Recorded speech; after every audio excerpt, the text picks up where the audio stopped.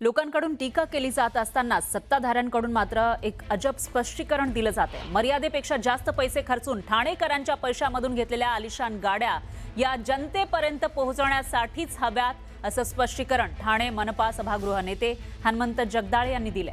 3 लाख जास्त खर्च केले तर हरकत काय अशी प्रतिक्रिया सभागृह नेत्यांनी दिलेली आहे।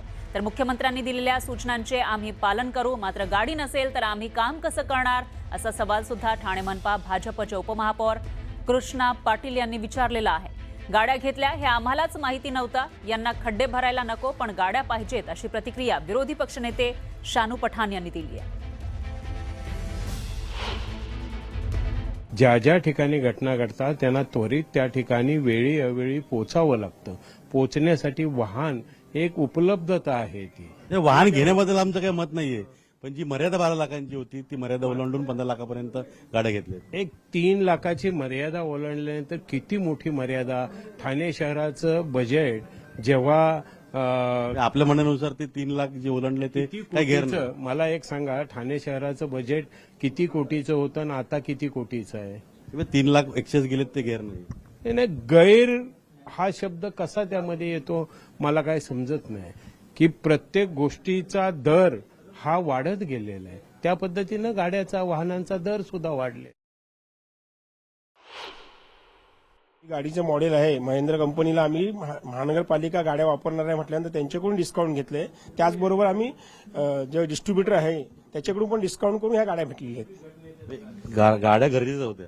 गाड्या म्हणजे ज्या जुन्या गाड्या आहे 15-20 वर्षापूर्वीच्या होत्या आणि त्या जुन्या गाड्या कंडिशन चांगल्या नव्हत्या गाड्यांची। आणि आजच्या घडीला जसं गटनेते बोलले, सभागृह नेते बोलले की बाबा आम्हाला वेळेत पोहोचणं जाणं, त्या जुन्या गाड्यांची कंडिशन तुम्ही आता जरी बघितली तर तुम्हाला कळेल। त्यामुळे नवीन गाड्या आणणं हे गरजेचंच होतं, कारण प्रत्येक वेळी जेव्हा नवीन महापौर येतो नवीन गाडी येत नाही, ती 10-10 वर्ष 15-15 वर्षानंतर एकदा गाडी काढली जाते। गाडीच्या विषय खड्ड्याचं जोडू नका, ते वेगळा विषय। ते महापालिका प्रशासनाला पावसाचा अगोदर करायला पाहिजे होता, त्यांनी केला नाही, त्यांची चूक आहे। लोकांचे जीव जाते। गाड्यांची मर्यादा जी आहे ती 12 लाख रुपये जे घेतलीत हे भाड्यावर आहे। महापालिकाची गाडी आमची स्वतःची गाडी आहे। गाडी तुमची नाहीये, पण जी मर्यादा होती 12 लाखांची ती ओलांडली गेली। मी स्पष्ट बोलतो, अगर एखादा GR महाराष्ट्र शासनाने काढलेला आहे तो अंमलबजावणी महापालिका करण्याच पाहिजे। यानंतर एक ब्रेकिंग न्यूज आहे। नाशिक शहरामधील रस्त्यांवरील खड्ड्यांमुळे नागरिकांचा संताप पाहायला मिळतोय। असं असतानाच आता खड्डे बुजवण्याच्या कामाला वेग दिलेला आहे प्रशासनानं अशी माहिती आहे। नाशिकमध्ये खड्ड्यांमुळे 5 जणांचा जीव गेल्याची माहिती समोर आलेली होती आणि त्यानंतर आता महापालिका प्रशासनाला जाग आलेली आहे आणि त्यानुसार इथले जे खड्डे आहेत ते बुजवण्याचा प्रयत्न सुरू करण्यात आलेला आहे।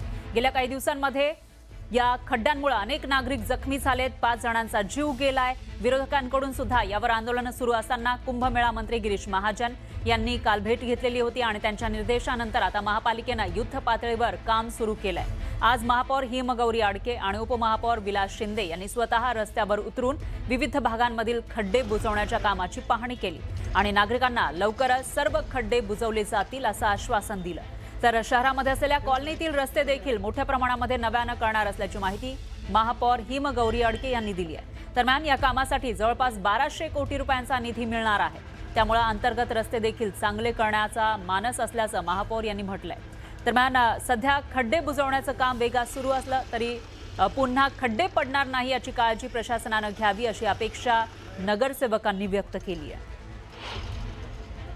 स्वतः आम्ही याची पाहणी काल MIDCची पाहणी सन्माननीय गिरीश भाऊंनी केली आणि त्यामध्ये अंबड आणि सातपूर MIDC याची देखील पाहणी झाली आहे। तर युद्ध पातळीवरती रात्रीपासूनच हे काम आम्ही सुरू केलेलं होतं। अंबडला केलं होतं आणि सातपूरला कारण शनिवार होता आणि आता आपण बघताय की कार्बन नाक्यावरचे देखील खड्डे आम्ही 2 पद्धतीने बुजवतो। जिथे मोठे खड्डे असतील तिथे आधी आम्ही मिलिंग मटेरियल टाकतो, जिथे जिथे हेवी लोड जाणार असेल तिथे मिलिंग मटेरियल टाकून इमल्शन टाकून खाली आपण पेवरला मॅच करतोय। पेवर इंटरनॉकिंग करून मग त्याच्यावर पुन्हा मिलिंग मटेरियल टाकून आणि मग आपण त्याच्यावर व्हायब्रेटर आणि रोलर फिरवतो।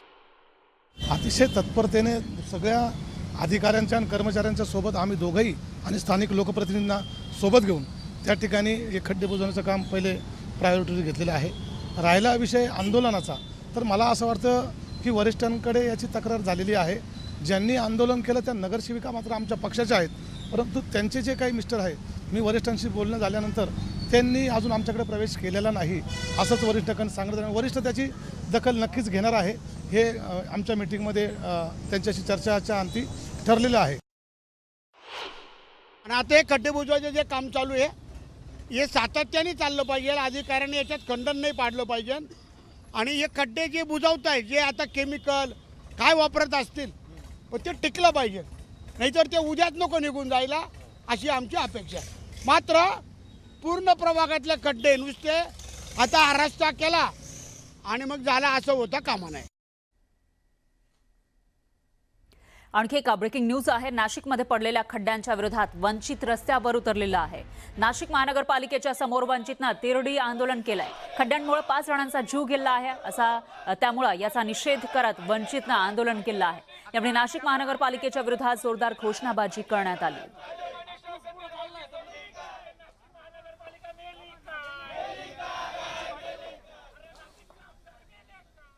दुसरीकडे वाशिम शहरामध्ये सुद्धा खड्ड्यांचं साम्राज्य पसरलंय. अकोला नाका ते सुंदर वाटिका या रस्त्याची मोठी दुरावस्था झाली आहे. यामुळे नागरिकांना नाहक त्रास सहन करावा लागतोय. तातडीनं रस्ता दुरुस्त करण्याची मागणी वाहनधारक करतायत. नागरिकांनी सुद्धा केलेली आहे आणि या सगळ्यांचा आढावा घेतलाय आपले प्रतिनिधी किशोर गोमाशे यांनी. वाशिम हे जिल्ह्याचं ठिकाण असतानाही वाशिम शहरातील जे अंतर्गत रस्ते आहेत तसेच त्याला लागून असलेल्या विविध रस्त्यांची खड्ड्यांमुळे मोठी दुरवस्था झाली आहे. सद्यस्थितीत पावसाळा सुरू आहे. आपण पाहू शकतो हा जो रस्ता आहे हा शहरातील एक महत्वाचा रस्ता आहे. शिवाजी महाराज चौक ते देगेवाडी म्हणजेच जुनी नगर परिषद. हा रस्त्याची जी अवस्था आहे ते पाहू शकतो आपण. प्रचंड मोठमोठे खड्डे पडलेले आहेत. गत कित्येक वर्षापासून या रस्त्याची दुरुस्ती झाली नाही. तसेच वाशिम शहरातील अकोला नाका ते सुंदर वाटिका हाही अतिशय महत्वाचा रस्ता आहे. त्या रस्त्यावरही मोठमोठे खड्डे पडलेले आहे आणि वेगवेगळे कार्यालय आहे, विशेष म्हणजे जिल्हाधिकारी कार्यालय, जिल्हा परिषद तसेच विविध महाविद्यालय असताना देखील या रस्त्याची दुरुस्ती होताना दिसत नाही. आणि असा प्रश्न नागरिकांना पडला आहे की नेमकं जिल्हाधिकारी आणि इतर महत्वाचे अधिकारी या रस्त्याने जात असतानाही ते रस्ते का दुरुस्त होत नाही असा प्रश्न या नागरिकांना सतावत आहे. तर दरवर्षी तो खड्डे प्रचंड काय लय प्रचंड पडलेले होतात. दरवर्षी मुरब टाकून डस्ट टाकून याला मरम्मत करतात. पावसाळा आला का वाहून जातात. फक्त आमची मागणी हे काय आहे, आता या वर्षी मुराम आणि डस्ट टाकू नका आणि कायम सर्व मार्ग बनवा, कारण की सगळ्यांना तकलीफ होऊ लागली. आता त्यांनी काम चालू करून लवकरात लवकर या मार्ग सोडावा. खड्ड्यांचा असलेला जे काही वाशिम शहर आहे खड्ड्यांचं त्याला खड्डेमुक्त करून वाशिमकरांना दिलासा द्यावा अशी मागणी नागरिक करताना दिसत आहे. किशोर गोमाशे, न्यूज मराठी, वाशिम. तर दुसरीकडे पुण्यामध्ये सुद्धा रस्त्यांवर खड्डे पडलेले आहेत. पुण्यामधील मुख्य रस्त्यांवर ठिकठिकाणी खड्ड्यांचं साम्राज्य पसरलेलं आहे. आणि पेठांमध्ये सुद्धा पेठ एरिया जो मध्यवर्ती पुण्याचा भाग त्या ठिकाणी सुद्धा अशा पद्धतीनं खड्डे दिसून येत आहेत. सुरुवातीला महापालिका हद्दीतल्या रस्त्यांवर फक्त 54 खड्डे आहेत असा दावा पुणे महापालिकेनं केला होता. पण असा दावा करणाऱ्या पुणे मनपानं सुधारित आकडे आता दिलेले आहेत. 2845 मीटरवरील खड्डे बुजवल्याचा दावा करण्यात आलाय. आता ही आकडेवारी नीट समजून घेतली तर फक्त 2 किलोमीटर इतक्या अंतराचे खड्डे बुजवलेत. सुरुवातीला फक्त 54 खड्डे असल्याचं सांगणाऱ्या महापालिकेच्या नव्या दाव्यानं त्यांचीच पोलखोल केलेली आहे. पण खरंच खड्डे बुजवलेत का हे पाहिल्यास सत्य परिस्थिती उपनगरांमध्ये दिसून येते. रस्त्यांची चाळण झालेली आहे आणि भीषण अशी परिस्थिती या ठिकाणी दिसून येते. पुण्यातील मध्यपेठांमध्ये सुद्धा रस्त्यांवर मोठ्या प्रमाणामध्ये खड्डे आहेत. त्यामुळे वाहतुकीच्या वेळी नागरिकांना मोठ्या अडचणींचा सामना करावा लागतोय. त्यामुळे रस्ते कधी खड्डेमुक्त होणार असा सवाल पुणेकर विचारतायत. आता हाच रस्ता 2 किलोमीटरचा असेल. या रस्त्यामध्ये दर दिवसाला खड्डे पडतायत का अशी वेळ आलेली आहे. आता बघायला गेलं तर ते आता खड्डे दाखवलेत. इथे शाळांचा परिसर आहे, कॉलेजचा परिसर आहे.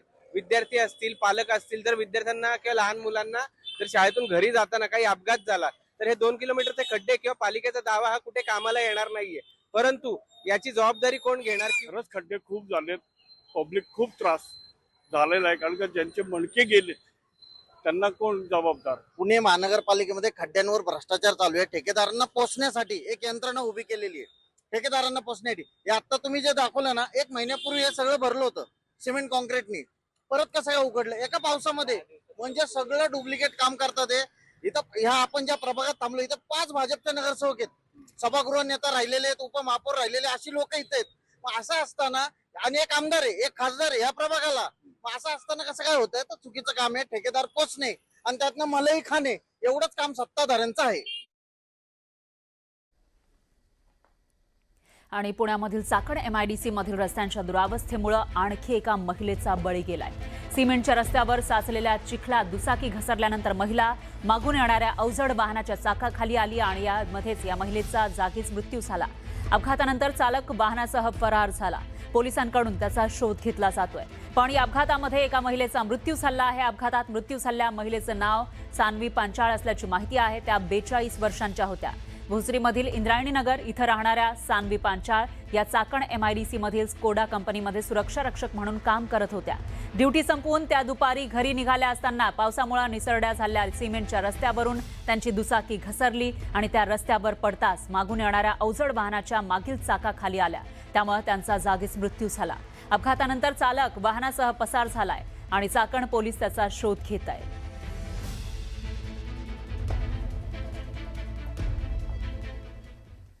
दरम्यान नाशिक शहरामधील खड्ड्यांचा प्रश्न गाजत असताना जिल्ह्यामधील ग्रामीण भागामधील रस्त्यांची सुद्धा दुरावस्था समोर आली आहे.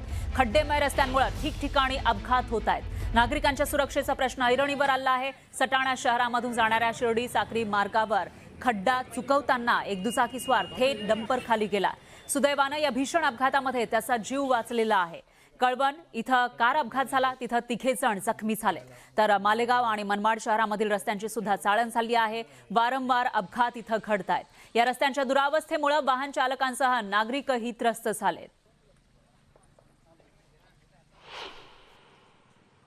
NH3 हायवे जोडगे ते देवारपाडे महामार्गावर भरपूर मोठ्या प्रमाणात खड्डे असून तिथे आमचा 2 व्हीलरचा ॲक्सिडेंट झाला आणि अचानक खड्डे दिसल्यामुळे ती गाडी खड्ड्यात पडली आणि आम्ही सरकलो आणि माझ्या दुर्दैवाने काही एवढं लागलेलं नाही आहे.